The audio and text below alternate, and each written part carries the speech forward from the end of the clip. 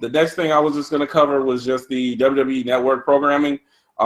Just in case anybody hadn't had a chance to catch up on it, just wanted to know the results of what happened. First was NXT yesterday, TV. The first match was Sami Zayn versus Adam Rose, which Adam Rose isn't doing the whole Rosebud thing, so it's kind of weird that he's playing a heel. He's not doing the whole "Are you a Rosebud" or whatever his gimmick was before. He's not doing that whole thing, but they kept him with the same music, so everybody's still doing this. So doesn't Fandango do that? Yeah, this is Fandangoing, and this is also the party bus thing. So whatever, but in the end, Sami Zayn won. That was the only weird thing about the match was just the fact that they kept his same music. After that, it was Chad Gable and Jason Jordan. Shout out to Jason Jordan from Chicago, technically Naperville, but close enough. They had a little talking amongst between the two of them. They came in with their name becoming American Alpha. I don't like the name. I think the name is stupid, but what do I know? Anyway, next up was Apollo Crews versus Ty Dillinger. It was a decent match. 10. Yeah, that's his whole thing is perfect 10. That's his whole thing. But the match itself was decent. Apollo Crews obviously won. So he won with the move that Triple H showed him right before the last NXT TakeOver event, which that was one thing I thought was weird. When Apollo Crews had his match at the NXT Chicago event, he finished on his finisher that he used was just the moonsault. He did two of them. When he did this show on Wednesday, he did that spin out toss powerbomb thing, which I don't know. I thought that was weird that he didn't just stick with it, but whatever. Next up, Baron Corbin won against Rich Swann, which Rich Swann is athletic as hell, but he needs to pick another gimmick or some better tights or something because the little wings that he had on his tights were starting to come off. But speaking of Baron Corbin, you think that Baron Corbin is boring. He is the most boringest person ever. Like, at least with like Ty Dillinger, you have Adam Rose, you have Tyler Breeze, you have all these guys that play to the crowd so much. Baron Corbin, they're trying to get him over as a top heel, but they cannot do it. To me, his moveset is very boring. He is not a person that can be a main event star. If he were to come to the main roster, he's just going to drop and fail and not be anything. Right now, he's just a waste of space compared to other people. Now, I see why they need heels, but then, you know what? Push Samoa Joe better than Baron Corbin. Sorry, but that's the truth. Yeah, you know what? Initially, I thought you were crazy until I actually paid attention. And it's funny because it's like I thought you were nuts because I'm like, oh, Baron Corbin is cool, and it's like really think about it. I never really paid attention to him, and then when I started to pay attention to him, I'm like, you're right, he is boring because his whole gimmick is boring. And actually, it's funny that you mentioned that because on one of the last episodes of Breaking Ground, Triple H told him that he needs to do more with his gimmick because his gimmick is boring. So I don't know. He needs to figure it out because otherwise he's gonna be. I would say he's gonna be stuck at NXT hell, but NXT is actually better right now than the main roster. But he's gonna be stuck in a rut basically. What was the next match? Oh, next match was Baymella, which is Bayley and Carmella. They had a match against Emma and Alexa Bliss. Now, as some of you may know, Carmella is the #1 contender for the NXT Women's Championship. I don't know when she's going to fight Bayley, but I was always curious because I never actually saw Carmella wrestle. And when I saw her wrestle, I don't really think that she wrestles all that well. Like, she doesn't have a extensive move set. Only thing she really did was the Lufaz press that Stone Cold does. She did that like 3 times during that match, and then she finished her opponent off with a figure 4 head scissors. But other than that, she didn't do anything else, and it was like Bailey had to do all the work. How you doing? Say that again.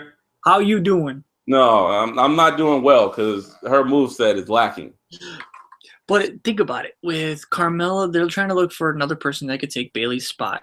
Probably right after WrestleMania, they're going to move Bailey up.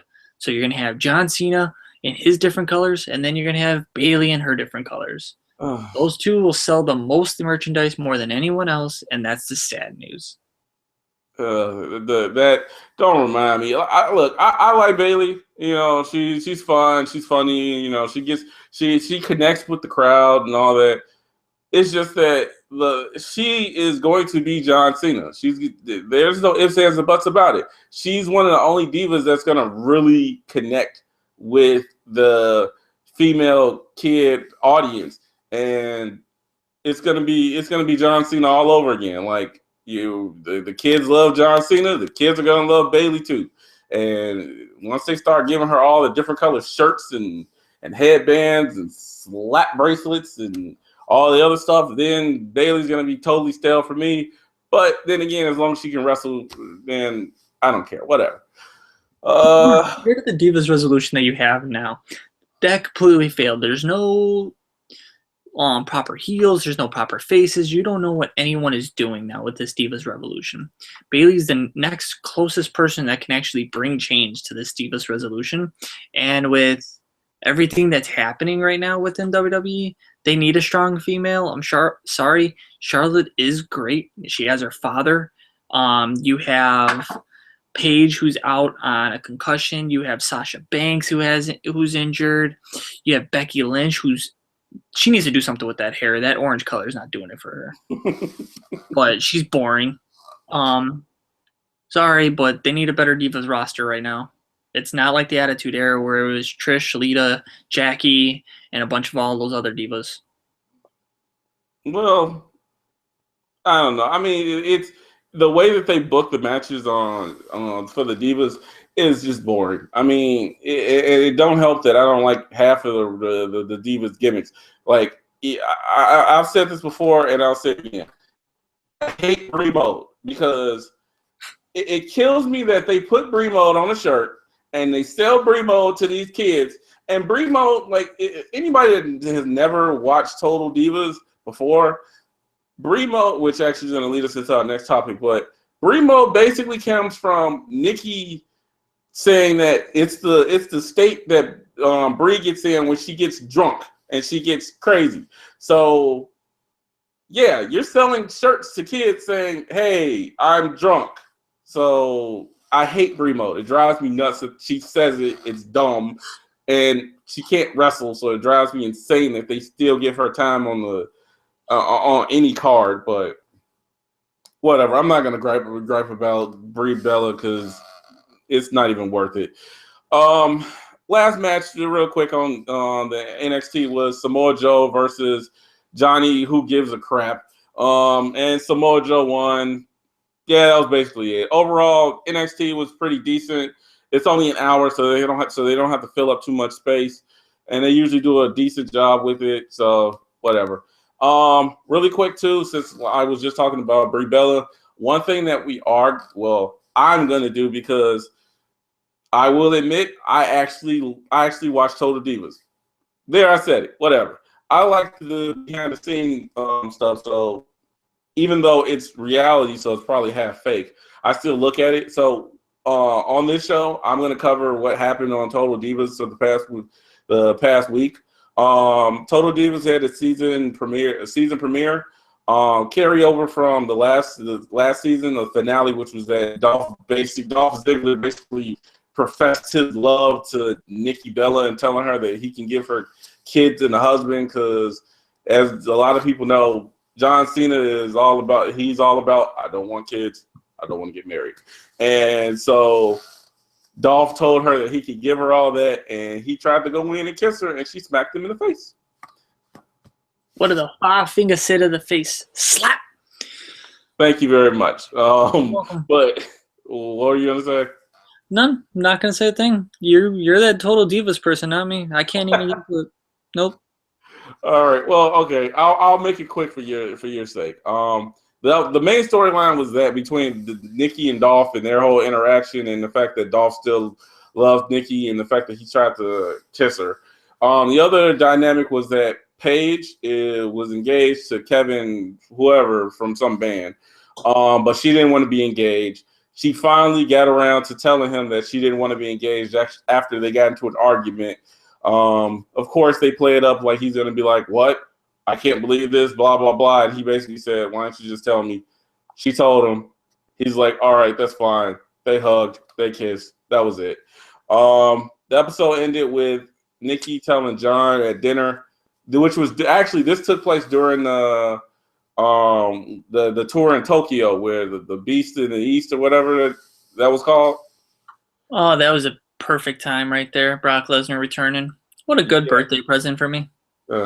Yeah, she told John Cena about the encounter with Dolph Ziggler that happened a week prior to that, and Cena was just kind of like, okay, well, if you can do what you want to do, and she kind of got mad, like, why aren't you going to threaten him and beat him up? So yeah, that's how the episode ended. Well, remember, you made her sign a prenup in several seasons before when you made me watch it, so. He didn't make her sign a prenup. He made her sign a roommate agreement, which was basically, if this don't work out, you got 48 hours to get out my house. Or your shit's in the street. Hey, as much crap she brought in his house, I don't blame him.